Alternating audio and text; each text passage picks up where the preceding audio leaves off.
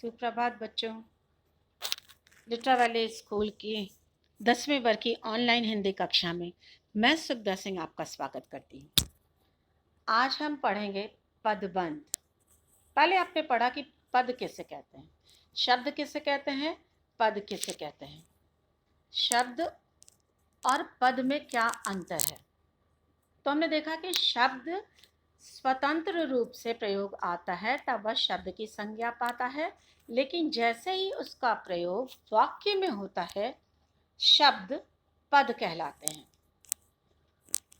यहाँ देखते हैं हम कि कमल एक शब्द है। अगर वह स्वतंत्र है तो वह शब्द है, लेकिन वाक्य में वह प्रयोग होता है तालाब में कमल खिले हैं। अब यहाँ कमल वाक्य में प्रयुक्त होकर शब्द न रहकर पद बन जाता है, क्योंकि अब यह व्याकरणिक इकाई में बंधकर वाक्य के नियमों में बंधकर पद का रूप ले लेता है। तो शब्द और पद में यह अंतर है। अब कहेंगे पदबंध किसे कहेंगे। तो पदबंध कई पदों के योग से बना हुआ वाक्यांश है। वाक्यांश अर्थात वाक्य का अंश जो एक ही पद का काम करता है वह पदबंध कहलाता है। दूसरे शब्दों में हम कहें तो पदबंध वाक्य का वह अंश होता है जब एक से अधिक पद मिलकर एक व्याकरणिक इकाई का काम करते हैं तो उस बंधी हुई इकाई को हम पदबंध कहते हैं। उदाहरण के लिए अगर मान लें, एक उदाहरण के लिए हम देखते हैं,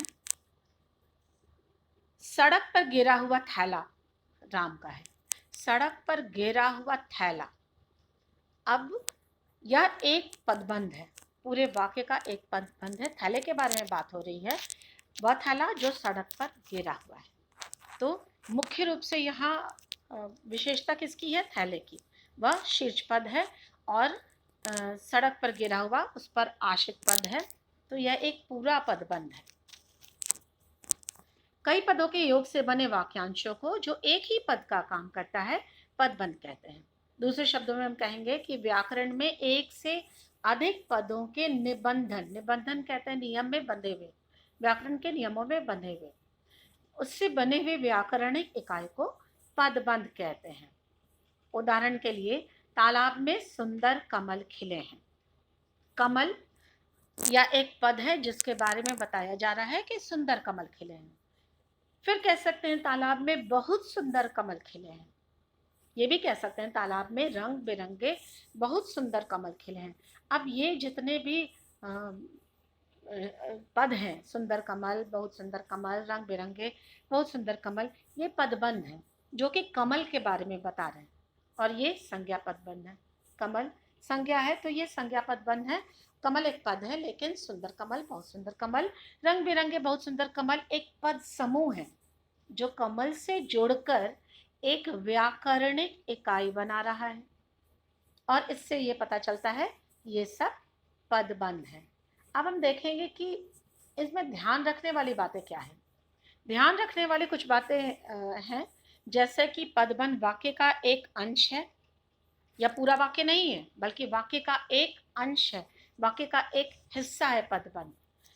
और इस पदबंध से कभी भी वाक्य पूरा क्लियर नहीं होता है, वाक्य अधूरा रह जाता है। अगर हम पदबंध की बात करें तो वाक्य अधूरा रहता है। और पदबंध में एक से अधिक पदों का समावेश होता है, इसी कारण यह पदबंध कहलाता है। एक से अधिक पद होते हैं इसलिए इसको हम पदबंध कहते हैं। पदबंध, ये पद अगर आपस में इस तरह से जुड़े होते हैं कि एक इकाई का रूप धारण कर लेते हैं। अब पदबंध उसको कहेंगे जब उसमें उसके अंतर्गत आने वाले सारे पद आपस में जुड़े हों और एक इकाई का काम कर रहे हैं। हर पदबंध में एक मुख्य पद होता है और बाकी सारे पद उस मुख्य पद पर आश्रित होते हैं। जैसे हमने जो उदाहरण लिया उसमें है तालाब में रंग बिरंगे बहुत सुंदर कमल खिले हैं। यहाँ पे कमल मुख्य पद है, रंग बिरंगे बहुत सुंदर ये सारे आश्रित पद हैं। अब देखते हैं कि पदबंध के कितने भेद हैं, कितने प्रकार हैं। तो पदबंध के 5 भेद होते हैं। संज्ञा पदबंध, सर्वनाम पदबंध, विशेषण पदबंध, क्रिया पदबंध और क्रिया विशेषण पदबंध। जैसा कि नाम से स्पष्ट है कि संज्ञा पदबंध किसे कहते हैं। संज्ञा पदबंध जब एक से अधिक पद मिलकर संज्ञा का काम करे। संज्ञा पदबंध वो है जब एक से अधिक पद मिलकर संज्ञा का काम करे तो उस पदबंध को संज्ञा पदबंध कहते हैं। संज्ञा पदबंध के शीर्ष में संज्ञा पद होता है, अन्य सभी पद उसी पर आश्रित होते हैं। अब हम ये देखेंगे कि शीर्ष किसको कहते हैं। शीर्ष पद क्या है? तो शीर्ष पद वह पद होता है जो अन्य पदों का आधार केंद्र होता है और शेष पद, बाकी सारे पद उस पर आश्रित होते हैं और वे आश्रित पद कहलाते हैं। अब शेष पद कैसे पहचानेंगे कि कौन सा शेष पद है? तो सबसे पहले ये समझना जरूरी है कि पदबंध वह पदबंध जो संज्ञा का कार्य कर रहा है या विशेषण का कार्य कर रहा है या क्रिया या सर्वनाम या क्रिया विशेषण का पद की जगह न्यूनतम एक पद को रखकर देखना चाहिए कि कौन सा पद वाक्य के पद के अर्थ की संगति को बनाकर रखता है। यानी वाक्य के अर्थ को कौन सा पद है जो विशेष कर रहा है, उसके अर्थ को बता रहा है, उसके अर्थ को दर्शा रहा है, तो वही होगा शीर्ष पद। उदाहरण के लिए अगर हम मान लें एक उदाहरण, संकट मोचन हनुमान संजीवनी बूटी लाए। यहाँ हनुमान संजीवनी बूटी लाए भी संगत है कह सकते हैं, इसलिए हनुमान जो है वह शीर्ष पद है और इसलिए संकट मोचन हनुमान यही पदबंध होगा, ये पदबंध होगा, संज्ञा पदबंध होगा। यहाँ हम देखते हैं तालाब में सुंदर कमल खिले हैं। यहाँ कमल शेष पद है और जो सुंदर उससे जुड़कर पदबंध बन जाता है। सर्वनाम पदबंध जब एक से अधिक पद एक साथ जुड़कर सर्वनाम का कार्य करें। सर्वनाम हम जानते हैं कि सर्वनाम किसको कहते हैं। सर्वनाम संज्ञा के बदले में जो शब्द प्रयुक्त हो वाक्य में वो सर्वनाम कहलाते हैं। तो जब एक से अधिक पद एक साथ जुड़ते हैं और वो सर्वनाम का कार्य करते हैं तो उसे सर्वनाम पदबंध कहते हैं। इसके शीर्ष में सर्वनाम पद होता है। जैसे भाग्य की मारी तुम, भाग्य की मारी तुम अब कहाँ जाओगी। अब तुम, ये यहाँ मुख्य पद क्या है? तुम। भाग्य की मारी उस पर आश्रित है, तो ये एक पदबंध का रूप ले रहे हैं और ये सर्वनाम पदबंध कहलाएंगे। विशेषण पदबंध, विशेषण पदबंध वो है जब एक से अधिक पद मिलकर संज्ञा की विशेषता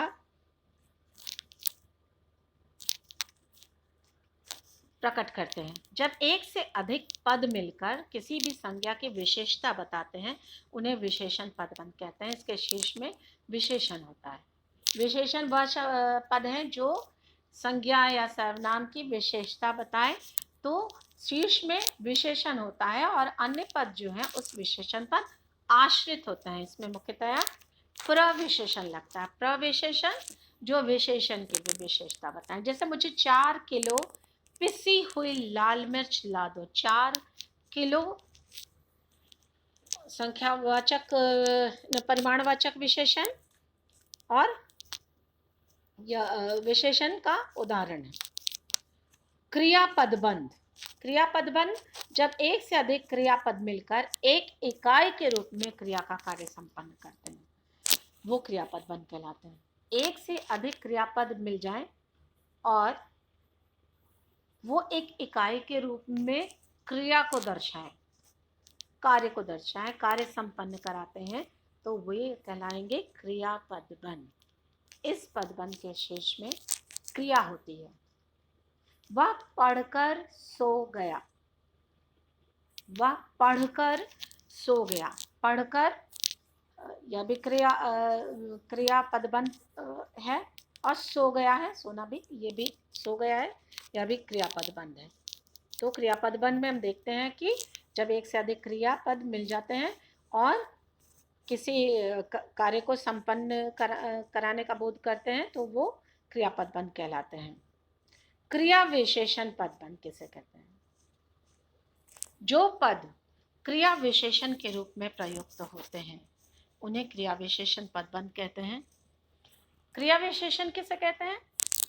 क्रिया विशेषण वे पद हैं, वे शब्द हैं जो क्रिया की विशेषता बताते हैं, अर्थात क्रिया किस प्रकार हो रही है, क्रिया किस प्रकार संपन्न हो रही है, जब ये बताते हैं उनको हम क्रिया विशेषण पद कहते हैं।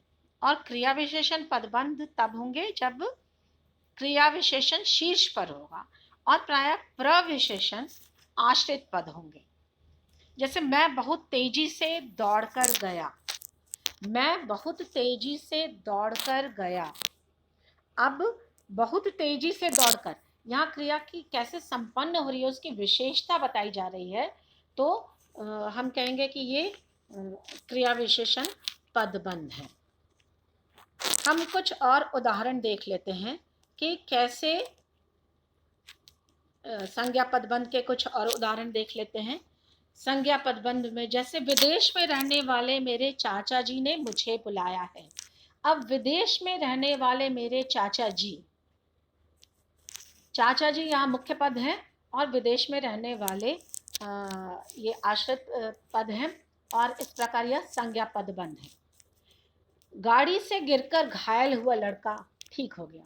घायल हुआ लड़का मुख्य पद लड़का है, घायल हुआ लड़का, घायल हुआ आश्रित पद है और ये पदबंध का काम कर रहा है, ये भी संज्ञा पदबंध है। श्याम का भाई रमेश कल आया था। श्याम का भाई रमेश, अब यह भी संज्ञा पदबंध है। बस फुटपाथ पर चढ़ गई। फुटपाथ बस के साथ मिलकर दोनों पदबंध, ये संज्ञा पदबंध का उदाहरण है। अब हम कुछ सर्वनाम पदबंध के भी उदाहरण देख लेते हैं। सर्वनाम पदबंध में वह स्त्री आज सुबह आई थी, वह बीमार है। जो स्त्री आज सुबह आई थी, जो स्त्री आज सुबह आई थी, यह एक पदबंध है जो कि सर्वनाम पदबंध है। स्त्री के बारे में बात हो रही है कि जो स्त्री, जो सर्वनाम, तो यह एक पदबंध है। आज वह बीमार है, सर्वनाम पदबंध का उदाहरण है, जो स्त्री आज सुबह आई थी। मंच पर नृत्य करने वाला आज नहीं आएगा। मंच पर नृत्य करने वाला, यह पदबंध सर्वनाम पदबंध है। बड़ों की सेवा करने वाले तुम सम्माननीय हो। अब बड़ों की सेवा करने वाले तुम मुख्य पद है और बड़ों की सेवा करने वाले इस पर आश्रित पद, और यह इस तरह से यह सर्वनाम पदबंध का उदाहरण है। अब हम देखते हैं क्रिया पदबंध, विशेषण पदबंध। विशेषण पदबंध में जैसे महेश बहुत दुर्जन, बेईमान और कामचोर युवक है। अब यहाँ दुर्जन, बेईमान, कामचोर, ये सारे विशेषण पद इसमें प्रयुक्त हैं और ये पदबंध का रूप लेते हैं, विशेषण पदबंध कहलाएंगे। सोना परिश्रमी और होशियार लड़की है। परिश्रमी और होशियार विशेषण पदबंध है। सफेद साड़ी पहने हुए महिला घर में घुस गई। सफेद साड़ी पहने हुए महिला, ये एक विशेषण पदबंध है। घर में घुस गई वाक्य का दूसरा अंश। क्रिया पदबंध। क्रिया पदबंध में हम देखते हैं बड़े भैया कल ही दिल्ली चले गए थे। चले गए थे, यह एक क्रिया पदबंध है, चले गए थे। मोहन शरबत पीकर चला गया। चला गया, पीकर चला गया, क्रिया हो रही है। यह पूरा ये सारे पद मिलकर एक पदबंध का रूप इसने लिया है और यह क्रिया पदबंध कहलाएगा। वह चुटकुला सुनाकर हंसता रहा। चुटकुला सुनकर हंसता रहा। हंसता रहा भी एक पदबंध है जो कि क्रिया पदबंध का उदाहरण है। क्रिया विशेषण पदबंध, जो पदबंध क्रिया विशेषण के रूप में प्रयुक्त हो। अब इसमें हम देखते हैं मोहन धीरे धीरे चलकर थक गया। धीरे धीरे चलकर, यानी चलने की क्रिया होने की विशेषता बताई जा रही है कि धीरे धीरे क्रिया हो रही है धीरे धीरे, तो धीरे धीरे चलकर अब धीरे धीरे जो है ये क्रिया विशेषण पदबंध है। उसने सांप को पीट पीट कर मार डाला। पीट पीट कर, यहाँ भी क्रिया की विशेषता बताई जा रही है, कैसे मार डाला, तो पीट पीट कर मार डाला। अब ये पीट पीट कर क्रिया विशेषण पदबंध है। अरुणिमा धीरे धीरे चलती हुई वहां पहुंची। यहाँ भी धीरे धीरे शब्द क्रिया विशेषण पदबंध है।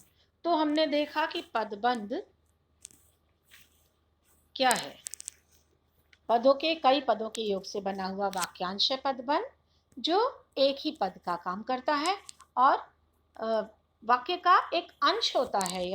ये पूरा वाक्य नहीं होता, इससे पूरा वाक्य हम नहीं कह सकते, वाक्य का एक अंश होता है पदबंध। और व्याकरणिक इकाई का ये एक, जब एक से अधिक पद मिल जाते हैं और व्याकरणिक इकाई का काम करते हैं तो इस बंधी हुई इकाई को ही हम पदबंध कहते हैं। आज के लिए बस इतना ही, और कल हम इसके आगे देखेंगे।